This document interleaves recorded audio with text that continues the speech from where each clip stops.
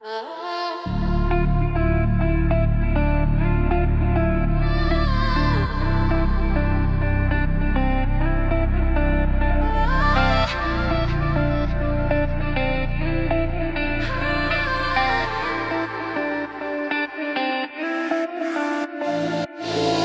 bizden başka ne lazım, hiç ne. Aldatma, kırmızı xəttim keçmə. Seçtim seni, başkası değil hiç vecime.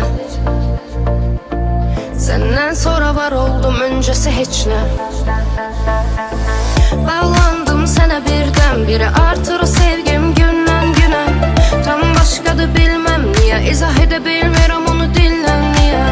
Gördüm hayatın her yüzünü, yeniden yaradıram özümü. Ona göre deyim indi düzünü ki seninəm, neyse göre koyma üzülüm. Hanı düz hayat, ama bize yak, kazanır burada sağ kalabilen. Kirlenipdir bu dünya onsuz, yeter ki içinde ağ kalabile. Yanmak var dayanmağın içinde, farkı varsa da kimdi bilen.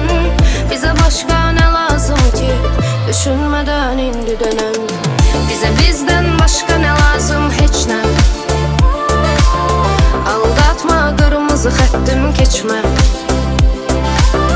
Seçtim seni, başkası değil hiç vecime. Senden sonra var oldum, öncesi hiç ne.